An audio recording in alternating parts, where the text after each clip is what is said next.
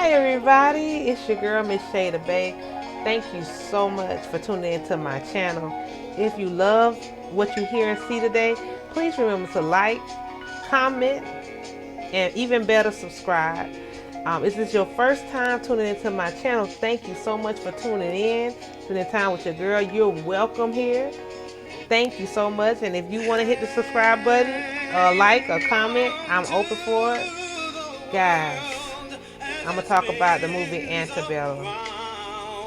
I saw that movie. I'm sorry. I think I'm the only one who liked it.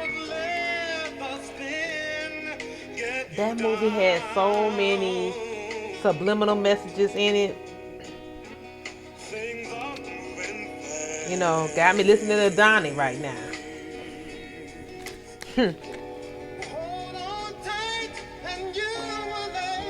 A lot of people didn't like it. They were telling me, girl, that movie was trash. What else I heard? Man, it was boring. It was trash. It wasn't good. It was a waste of time. They couldn't get that time back. It was confusing. I'm gonna be honest. This is why I've always marched by my own beat of my own drum. I almost didn't see this movie, and I'm so glad I didn't listen to anybody. I went for myself. So I'm gonna tell you guys, listen. You know, it's just like if you have a friend who looked at a female that you know, we all been there. Oh, I don't like her. Well, what's wrong with her? Why you don't like her? I just don't like her. And everybody running around looking at her because she cute, you know, and she got a big booty or something. Everybody, I don't like her. I don't like her, you know. And then, you know, me, here I come, still go over there. Because I got to know for myself, why does nobody like this girl? And sure, it never failed. As soon as I find out about her, we like this. Boom, we best friends. Oh, that's my girl. And that's why I say you can't let people stop you from doing what you want to do. So go, if you don't even, go check out the movie. I'm going to be honest. I'm going to sit here, I'm going to listen to Donnie a little bit, calm her nerves down, but it's worth seeing.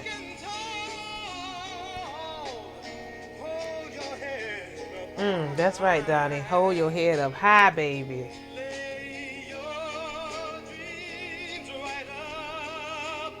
To the sky. All right, Donnie. Woo.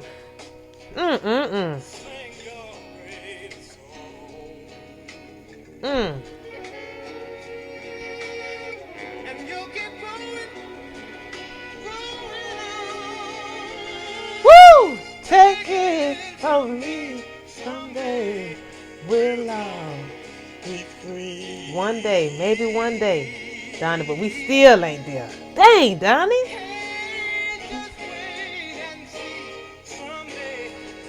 We done got progress, Donnie.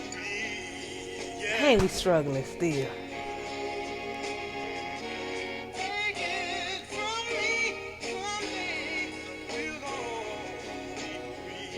Donnie, I'm still listening to you, baby. All right, one day. Won't be long. They will be all be free. Amen. Amen. Oh, man. You know what? That song, that's an old school song from back in the day, honey. Donnie Hathaway. If you don't know nothing about him, baby, you going on for y'all young people. He wasn't in my generation either, but I had to find out about him. All y'all probably know about Donnie Hathaway is this Christmas.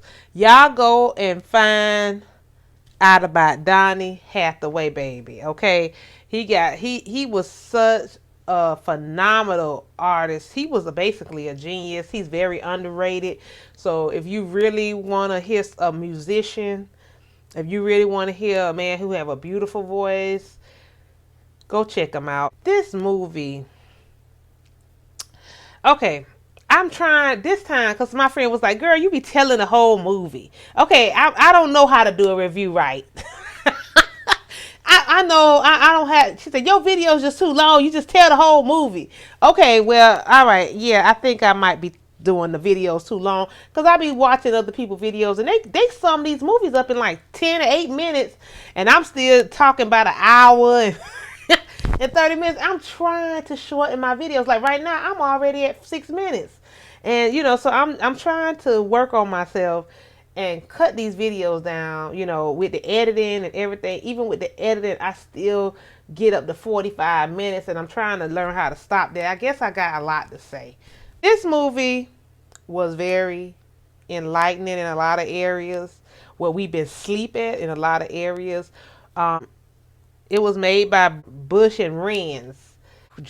Gerald Bush and Christopher Renz, they were best known for their pioneering advertising work engaged in fighting for social justices. Wright produced and direct their first feature film. Okay, so this is their first feature film. They've also produced Academy Award winning films Get Out and Black Klansman. This was a thriller, another thriller. I see they're trying to get black people into horror. Trying to get us into like these thrillers, with the bad hair and all this stuff. I don't know, with horror for black people, that's a hard, I know they're trying to get us into that, but a lot of us, it's hard for us to really get into horror. We like comedies and we like romantic stuff and action. We love action and comedy and we love drama. But that horror, especially for American blacks, because see, white people, they don't never have a lot of trauma. I mean, I'm not gonna say they don't have it, but most white America grow up in a nice, loving home, and they have both parents, and they don't have to go through gunshots at night, and they mom, pushing the stroller through 15 drug dealers, and worry about somebody trying to steal a purse, or I mean, it's just a lot that being black in America come with, okay? So I think a lot of times you won't find us so eager to be horrified because most of our life has been trauma. And a lot of horror films touch on those traumas, so that's why we don't want to see it. And this is the reason why a lot of people did not like this movie. A lot of black people, I was looking at the reviews, they didn't like this movie and they didn't like it because of the trauma. The trauma of seeing black people being abused. Okay, it was enough for this nation to watch George Floyd get his neck stepped on, but people don't realize the heinous stuff that's been going on around the world and just in America alone with people of color. A lot of times people think that a lot of this racist stuff is just coming up, all this stuff with race is getting bad because of this president.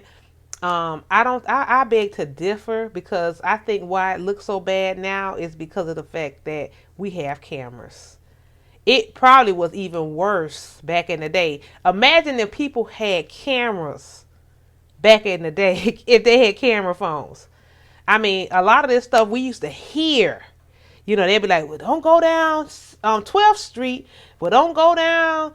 Don't ever go through the town or White House. They'll tell you don't go that way because they killed a black man and it stepped on his neck. And, so you hear these stories. And because you don't see pictures and because you don't have a video, most of them just end up being folk tales, like, well, I heard, without, very strong proof. But now we have all these, everybody, no matter where you live, now we have these video cameras and our phone and we could just start taping. And I think that is why a lot of black people didn't like this movie. But this movie, if you get out of, I hate that. I think that was the same issue with 30 Years a Slave and all that. A lot of black people was like, I hated that movie. Because what happens is we get caught up in wanting a happy ending for everything. We just like, we got to have a happy ending. It was trash. But it wasn't no happy ending. This was real life. If it was a happy ending, we would be that happy ending. And we still not happy. It's history. I know a lot of people don't like to see this stuff, but this is what's going on. When I see stuff like this, it makes me appreciate my life a lot better. And it makes me look at the sacrifices that my ancestors, did before me so that I can do the things that I do now. And I think when you don't realize that, it makes you ignorant.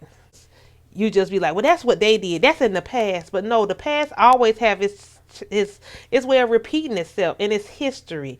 And I hate that black people, we too relaxed with our history. We always make clown and then making fun of everything. I feel disrespected when I see people making fun of, Jesus, and making fun of, God, or they making fun of, Martin Luther King. I don't see them make fun of Malcolm X too much, but I've seen memes with Martin Luther King with a bunch of goals and, and everything. But they don't too much, bother Malcolm. I think Malcolm has more respect from people. A lot of people didn't have a lot of respect for Martin Luther King. And I think that's because of his religious belief, because people tend to dote on Christians. They don't fool with Muslims because they know they can't be bothered with the Muslims. The Muslims will hurt you, baby. So, and I think they just liked the message better that Malcolm came with. Both dudes was educated. Both dudes had a lot going for themselves. They both were young men with a dream and a vision, and they had a lot of heavy influence. Um, for me personally, Malcolm was just a nice man to look at. He was very charismatic.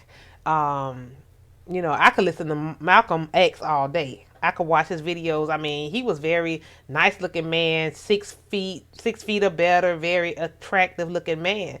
I think he was like 6'2" or 6'3". So I could listen to him all day, and plus he had a lot of knowledge, very intellectual dude. Martin Luther King. He wasn't like my type of size for the man, but he had God in him. He had God. When he would speak, you get chills. Like, you could feel that goodness, that spirit of conviction when he would speak. It would just, his spirit was so strong, how he would utter those words, wonder, back then, woo, the spirit, you was like, oh God, anything you had that was in you was gonna come out. You was gonna come out in chills and crying, and you know but anyway, I just want to encourage you guys to go see the movie and stop being so negative when it's got a slave in it. And, because we always get so hyped up. I don't want to see that because it got a slave in it. They just keep putting us back in slavery. Yeah, you know what? They do show that a lot. Because one of my favorite shows I wanted to see, I love that show, Underground. And, I think they cut it out because they didn't see a lot of submissiveness in those slaves. Those slaves was the ones that was rallying up, fighting back. Because it was a bunch of them too. It wasn't a bunch of slaves just laying down taking it. Because if it was, we would still be in slavery. Okay? And so I appreciated that show, and I wish they wouldn't have cut it off. And I think they cut it off because of what they had planning with this race war and all that. And they don't like to give us shows that we enjoy. They want to always make it seem like as long as we was continue to be beat down on there, they would have played that show forever. We'd be on this 10th season. So they could see us be submissive under them. But when we start attacking them back and fighting them back, and I don't want it to be like a racial thing, because I don't have any ill will toward white people or any other race for that matter. This is history. But it makes white people uncomfortable to talk about this history because they feel like they have an obligation to apologize. And I don't care how many times they apologize, black people, if we don't accept the apology, it doesn't mean anything. So I mean, if a man got on his knees and prayed and begged a group of black people, I'm sorry for what my ancestors did. Then here go another group. I'm sorry for everywhere he go. I'm sorry. Somebody saying, yeah, that's what they need to do. Okay, but when is the time when we start forgiving too? When somebody saying, oh, well, you sound like a fool. I ain't forgiving nothing.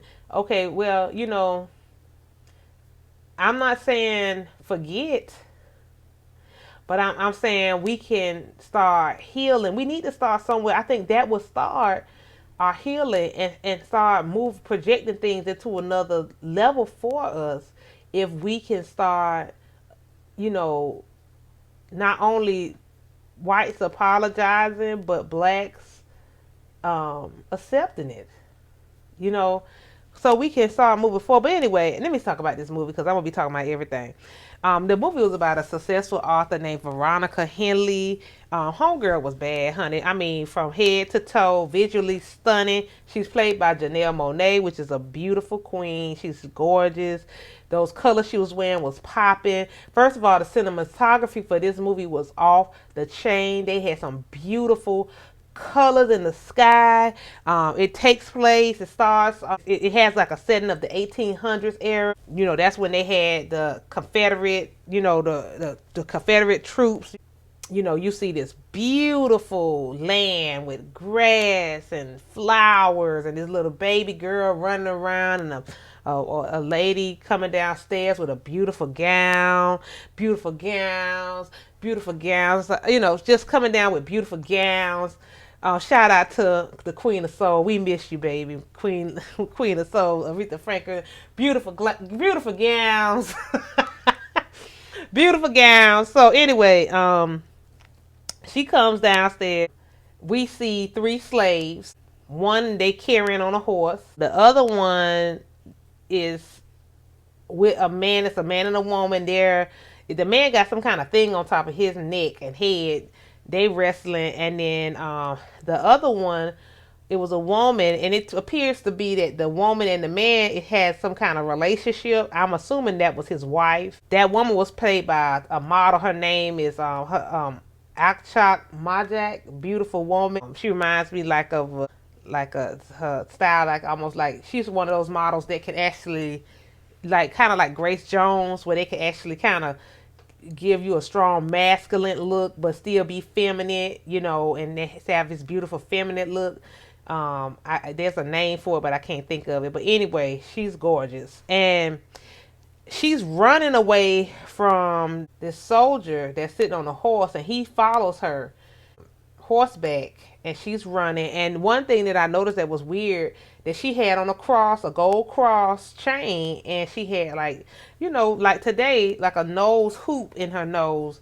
And I thought to myself, what time of slavery is this? Was this what did they mean to do that? They got the whole scene looking like it's from the 1800s. So you looking like, where did she get that chain? Because we know they wasn't gonna let no slave have no gold chain back in the day. Okay, he runs behind her, lassos her neck, and pulls her down.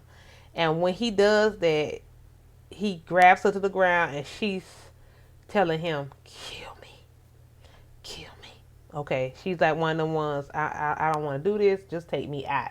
So he gets back up, and he gets his gun, and he obliges her and shoots her dead in her head and kill her. Once once the black man hears that shot, he goes ballistic because he knows that they done killed this woman. His name is Eli. Then we see Janelle Monáe's character, Veronica, in the room with this man. It was the general. I think they call him him. Then he didn't really have a name, but they was going by. You could tell he ran stuff there. Okay, and he was beating her almost as it was kind of reminded you of Kunta, and when they was trying to make Kunta accept his name. You know, they was like, "What's your name, boy?" And he was like, Kunta Kinte.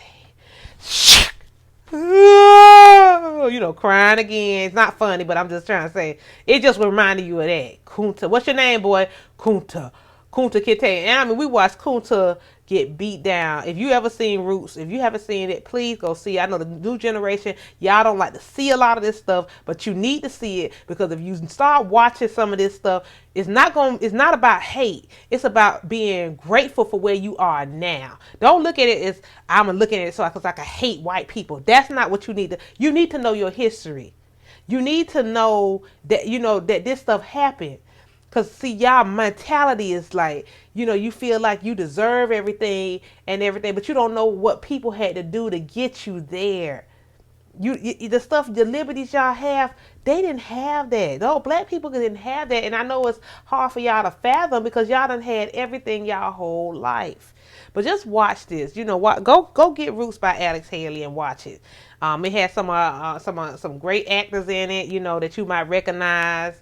Um, some of them have passed away, but a lot of them are still alive, and you could really enjoy that. But anyway, it's an educational piece to me. Um, anyway, he's beating on her, and once she submits to her name, which he named her Enid, she starts crying and everything in agony. But he has a hot piece of steel, and he brands her.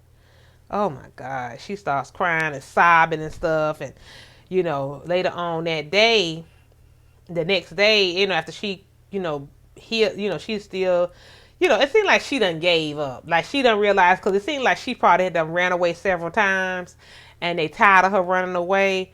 So, and I think she's just tired too, because I think she's thinking that she's not going to get out of there. So they bringing a whole new group of slaves in, and they're looking them up and down. They had this the little girl naming them. The mama said, "Which one you like?" And of course, they picked the lighter shade. One look by her. She said, "Isn't she beautiful? And what you gonna name her?" And the little girl said, "Well, name her Julia." So I can't never say the name Julia without saying Julia Gulia. From the wedding singer. I know that's silly, but Julia Gulia. But anyway, Julia looks at Enid, well, Veronica, and recognizes that she knows who she is, and she's telling her, where are we? What is this place? Because when they got there, they was talking to the new arrivals and was telling them it was a reformation place to reform them. Okay, reform. I mean, what kind of slave? Back in the day it was just slavery. Why? What are you talking about reforming? And she's whispering to Janelle Monáe's character, and Janelle Monáe's character like, shh, shut up, don't say nothing, be quiet. So she was like, we got to get out of here. I need to get out of here. I think Ellie, he goes and try to meet Janelle too. He knocking at the door. When we gonna run again? He don't care. He ready to go. And at this point, Janelle Monáe's character is like, I'm done. I don't want to run no more. I'm trying to keep my life. She just witnessed the other runaway get killed and murdered, and she's just tired.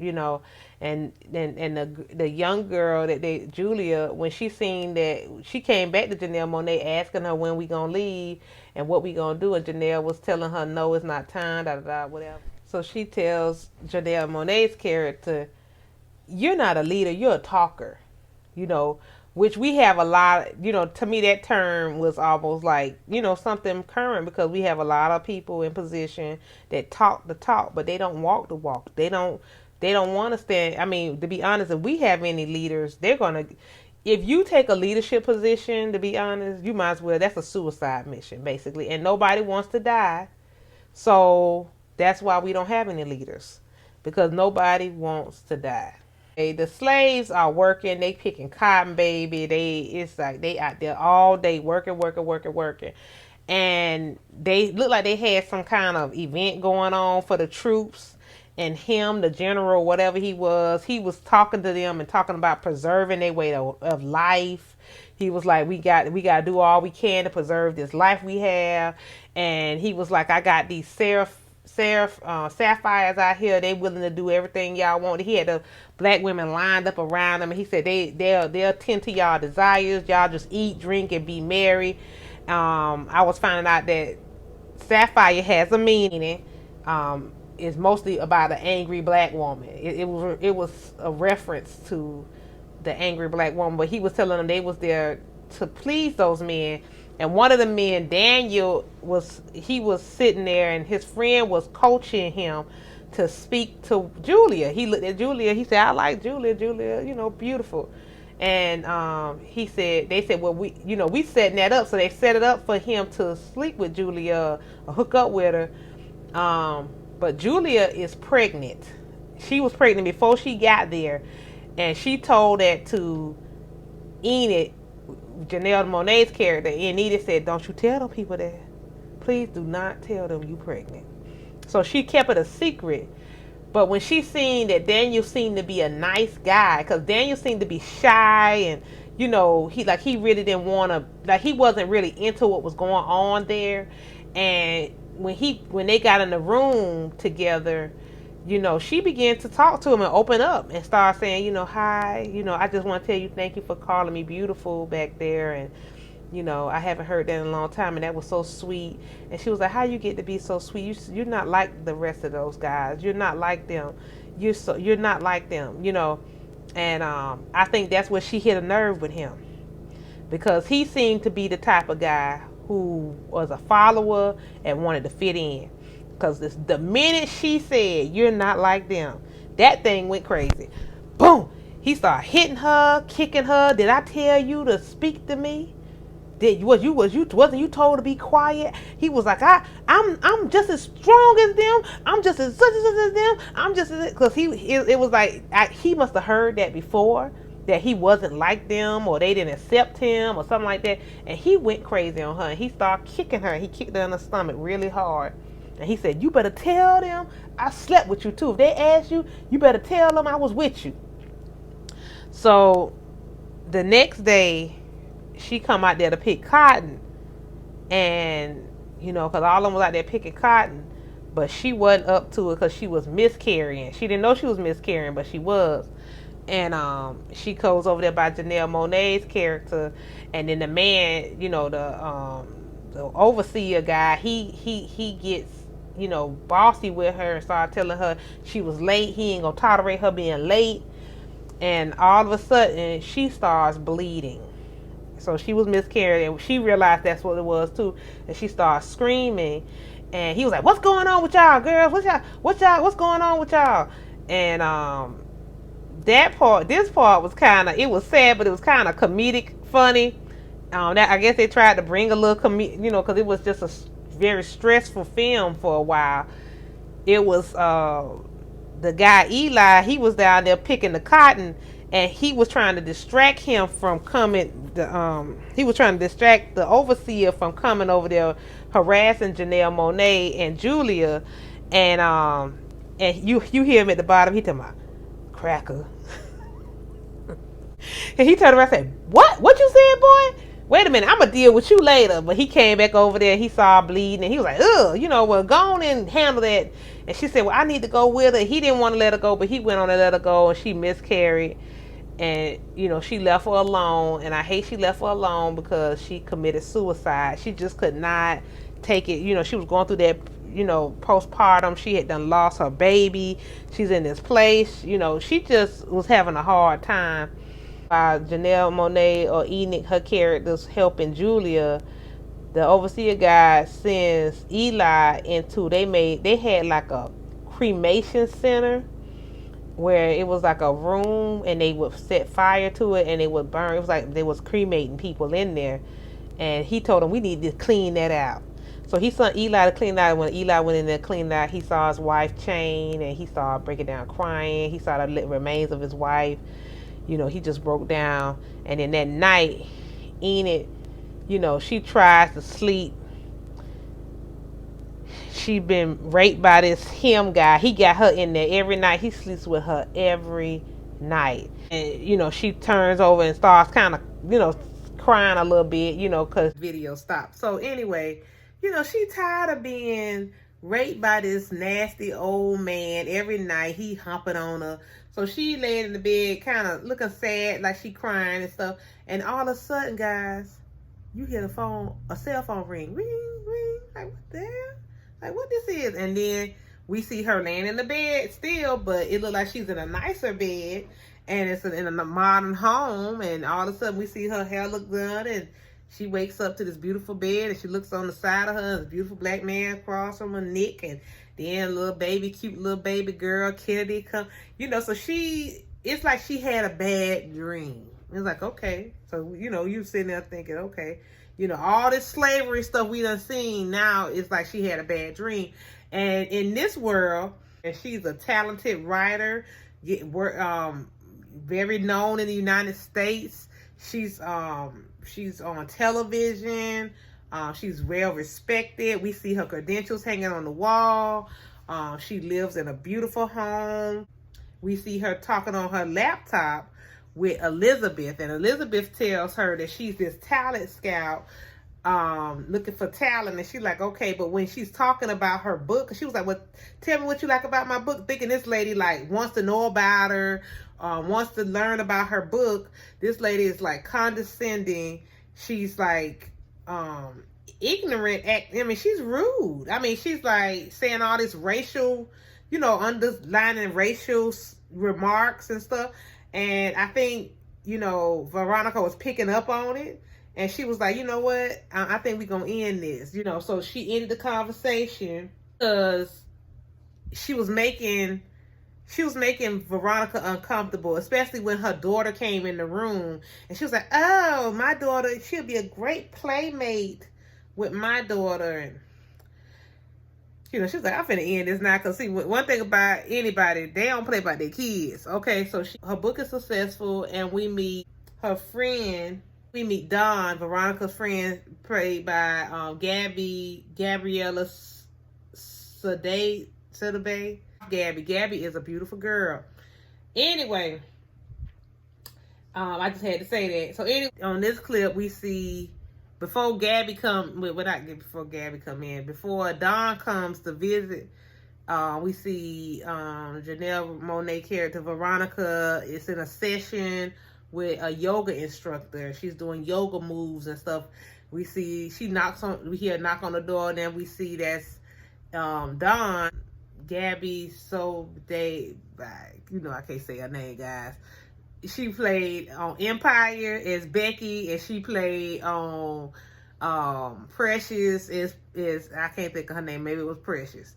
Because I didn't see it since the first time I saw it. I hated that movie. But anyway, comes in looking fabulous, and she's like her best friend. And she's, oh, hey girl, hey, she's kind of sarcastic with the white lady, giving that same kind of condescending behavior back to them. And that hit on a point, because it's a lot of black people who do the same thing. A lot of times we don't like to acknowledge that some of us can be condescending too. So I think they were trying to hit on that. When we talk about dealing with race relationships, we got to deal with both sides. Anyway, she's talking about going out later that night, and Veronica, agrees and, said, well, I'll go. I guess I'll go. She reluctantly agrees. So Veronica, she goes downstairs to set up some reservations, and she's met with opposition from this young woman here who doesn't seem to want to service her. And I'm looking at the picture in the back, and it looked like the big white house. And, she looking at Veronica like, you're at the big white house now, so we're not, we don't really service your kind. That's the kind of attitude that she's giving her, and that's so true. That was another message, because like when blacks or people of color try to go in these areas where it's just deemed for white people, like the big white house, they're met with opposition. They're met with condescending whites who don't want them there, and they show it in their actions, they show it in their personality. And she was rude, and while she was downstairs while Veronica was trying to handle some stuff downstairs, Elizabeth was up in her room, digging through her stuff, using her toilet without flushing it, not washing her nasty little hands, putting hair in her bed, laying in her bed, digging in her purse, taking her lipstick. It was just disgusting. And it was just showing lack of respect for her as a individual, as a woman. She doesn't think anything of her, and it was just tacky. While Veronica's in the elevator, she's met with this little girl, which was the creepiest thing in that whole movie, because she looks like she came from a vampire bed or something in that little outfit and stuff. She looked like she ain't never seen sun in her life, and it just was weird. And she was, Veronica, she was holding a black doll that had a rope around her neck. And Veronica still was trying to talk to her, because she still was a little girl. The little girl was like, shh, I don't want you And she was like, "Oh, okay. They don't want me to talk. Oh, okay." She walks out in the hallway and drags the doll by the neck with the rope. And that was really creepy, but that was real powerful too, because it was just basically saying like the powers that be, those people in authority like that don't want you speaking out. They want you to be quiet. They don't want you to have a voice. So that's why it's hard for us to have leaders and people in our communities to speak out about the injustices and try to make reform and make change for us as a nation and as a people, because these people who want a particular way of life, they don't want things to progress in that manner. So they're fearful and they want you to be quiet. Any means necessary, even unto death. That's why that little girl was dragging that doll by the neck with the noose. Because anytime we have a leader that speaks out, they kill them. I mean, we can go down in history. They're it's a suicide mission to be a leader. So basically, that's what that part was showing. So that was another message. Anyway, she goes in her room and she sees her room is messy, but she gets a little purse and stuff. She sees some flowers there, some ugly arrangement of flowers with some cotton and all that, and she puts it down. She thought her husband son it. She goes downstairs. Her and Sarah and Don goes to a restaurant. When they go into the restaurant, they're met with another situation where I've experienced this myself, where the waitress leads them to the back of the restaurant by the kitchen, and instantly Dawn goes in on her and tells her how it's not acceptable. She's not even gonna go for that. She tells her where she wants to sit and what she needs to bring her to drink. And she's like, "You're doing a great job, Rebecca." The waitress couldn't even say nothing, so they sat down and they was drinking and everything. And I experienced that myself, and I didn't even notice that I was being treated like that, because I used to want to go to those restaurants, those fine restaurants all the time, and I didn't care how long I waited. I just wanted to be there and experience it and everything, especially when I started making money. And I didn't even pay attention to one of my friends went out with me, and they tried to sit us to near a kitchen, and she stopped them and she said, "No, we won't take this seat." And she said, "Well, the next seat won't be available till 45 minutes." And she said, "Well, we'll wait." And I was like, "Well, why we didn't get that seat?" She said, "No, because they always sit you by the garbage. They always sit you by the kitchen and by the restrooms." And I had the flashback, and I said, "You know what? You're right. They do that, And I didn't even notice I was being done like that, because I just wanted to have an experience and glad to be there and everything, but not really paying attention that they was disrespecting me by sitting me in those places. And when you try to ask for better seats, they'll tell you it's reserved or somebody else sits there. And most times they put who they want there, a white couple or whatever. But anyway, they're sitting down and they're talking and laughing and talking about their experiences at this hotel. And they were saying how the hotel was just awful. But Sarah, she didn't see it that way. She said, "Wow, my service been impeccable." And this hits how, to me, that was hit another message. If you have white friends or friends that's not of your nationality, they don't really understand your experience as a black person and what you go through, because they always relate it to their experience. So that's why sometimes it's hard to connect, because it's not happening to them. So it's not their reality. So they be like, "Wow, it sounds weird," but it's almost like they don't believe you. Um, and I had experience like that, but I don't want to go into that because my review gonna be too long. While they're there, a man approaches Dawn and buys her a drink, and the drink, Dawn checks him and say, "You should have bought me some wine, what I was drinking." And cause she's a relationship coach, so she was trying to explain to him how he can approach that situation better. But she still gave him a call to say it could happen. But I think really they was trying to kidnap Dawn too.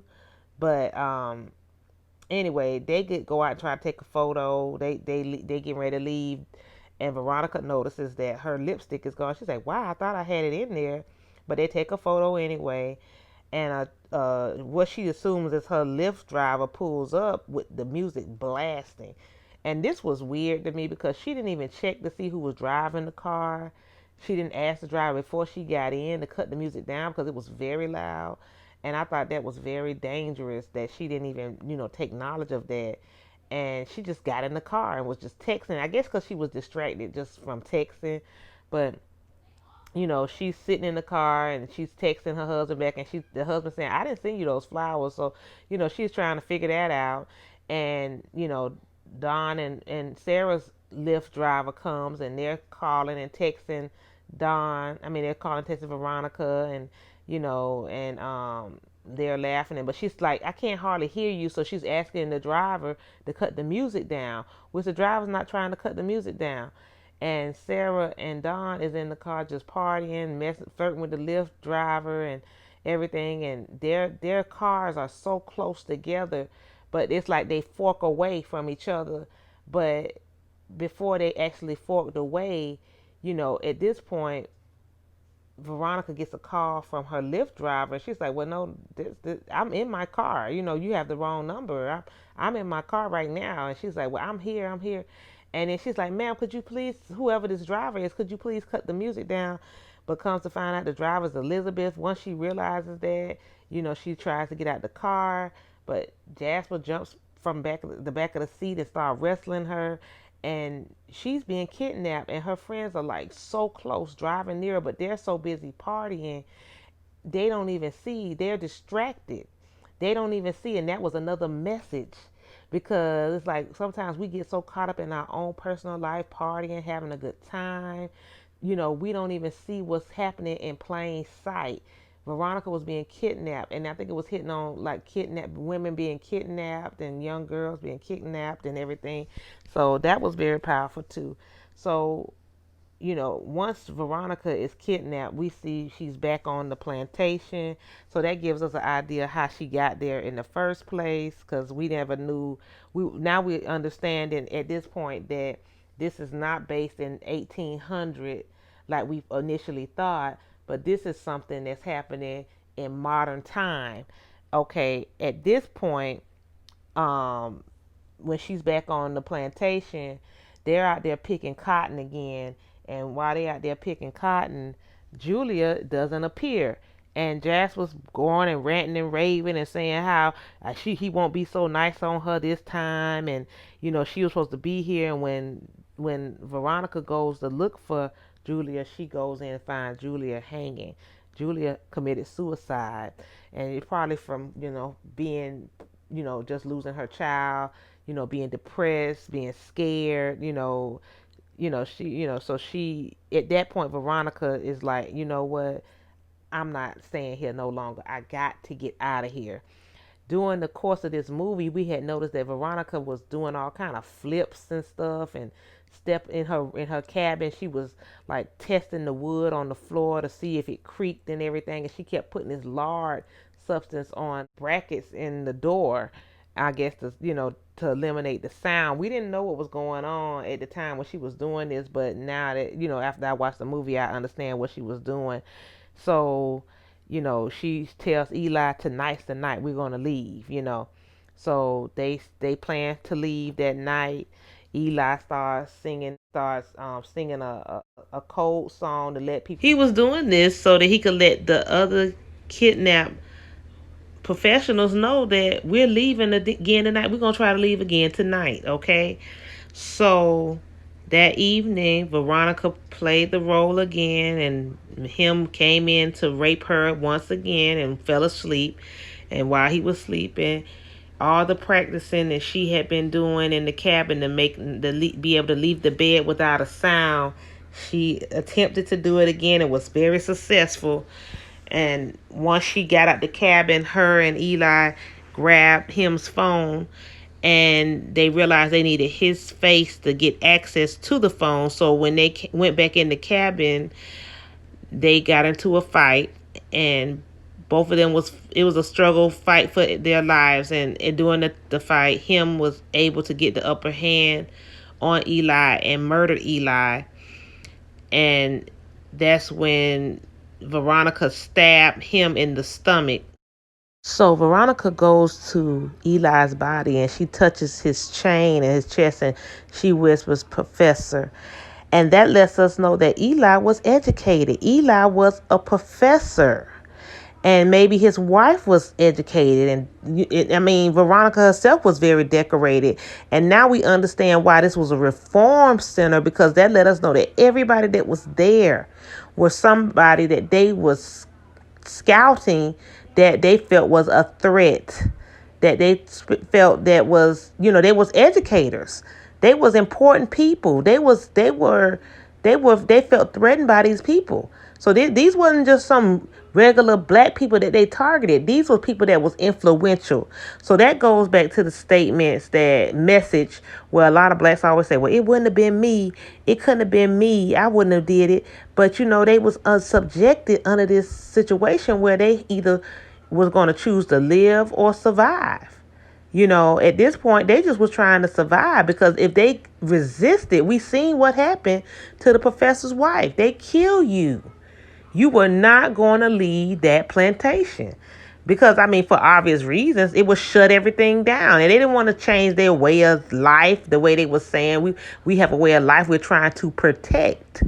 And that's the way of life they were trying to protect, to have those black people subjected under them and live that fantasy in their mind. Because these black people obviously were very intelligent and were speaking and had a voice, and they were threatened by them. They wanted to keep them under them. So anyway, she drags him's body into that cremation center, and while she's doing it, Jasper catches her, and she twists the story and say, oh, the general needs help. So she goes and they run behind her and goes into the cremation center. As soon as they go in there, she locks the door, and they like, girl, you better open this door. And she sets it on fire and gets on him's horse and starts to leave. She sets it on fire. So this was like almost like a revenge. I don't know if I really, I don't know if that seemed believable to me, but, I just went on with it because, it was a part of the movie and everything. But she sets it on fire and they're burning in there alive. And she gets on him's horse and she starts to make her getaway. She also dragged him in that cremation center on that flag, so she used that and she burnt the flag as well. So while she's trying to get away, Elizabeth follows her with somebody else and they're just shooting at her. Boom, boom, boom. They're not trying to let her leave alive. And she tells her she's not going to leave alive. And it comes to a point where, it's like almost like a face-off between her and Elizabeth. And Elizabeth is just, spewing out all this negativity, like, you're nothing, you're nobody, you think you better than me, you're nothing, you're not, and it was just that fear, because, obviously Veronica was somebody. Veronica was loved. She had a family. She was educated. She had a lot going for herself. And that made Elizabeth and people like her threatened. So, anyway, Veronica and her, get into it, and Veronica able to put a noose around her neck, and, I don't know if it was on purpose or not, but she drags her with the horse, and, she breaks her neck, and at this point, Veronica is gone on this horse, and she's going as fast as she can, and as she going through this horse, we see it's like a theme park or something, reenacting the Civil War.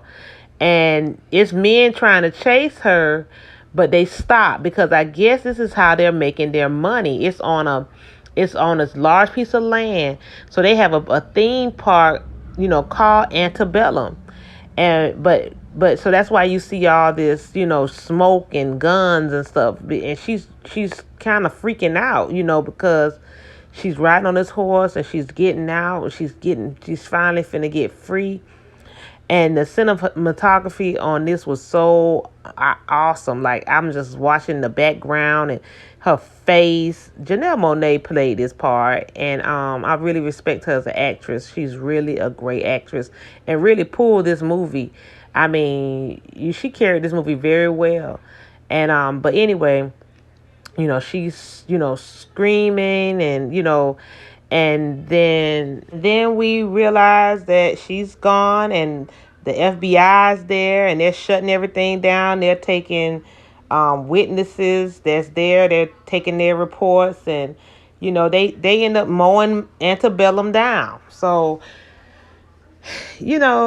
this movie, I want them to take mention too that Elizabeth died on her. She snapped her neck hitting that Robert E. Lee statue.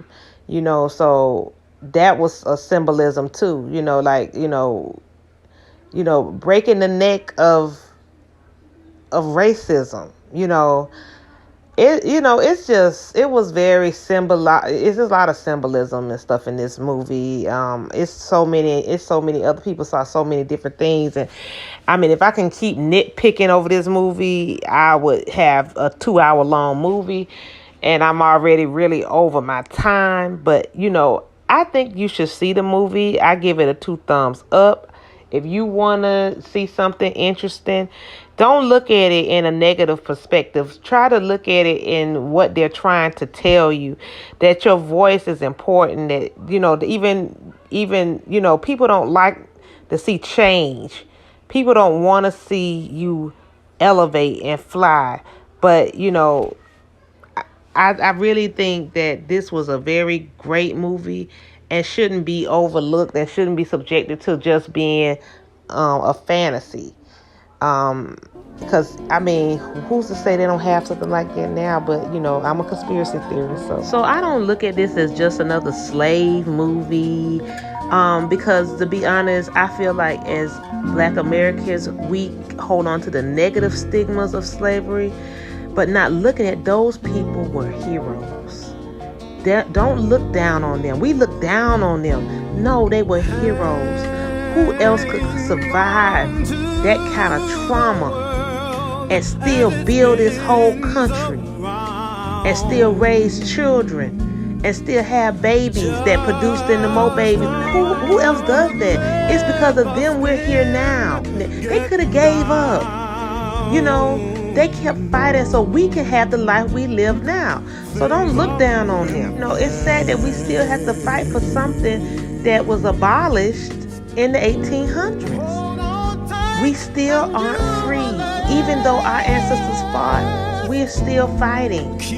But that's my ending of my review of the movie Antebellum. Like I said before, I really love this movie.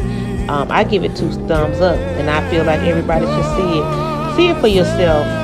And don't let nobody shut your voice out, because they don't want you to speak.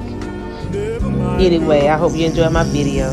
Thank you so much for tuning in to my channel. If you love what you've seen today, please remember to like, comment, and please subscribe. Thank you so much, and y'all have a blessed day.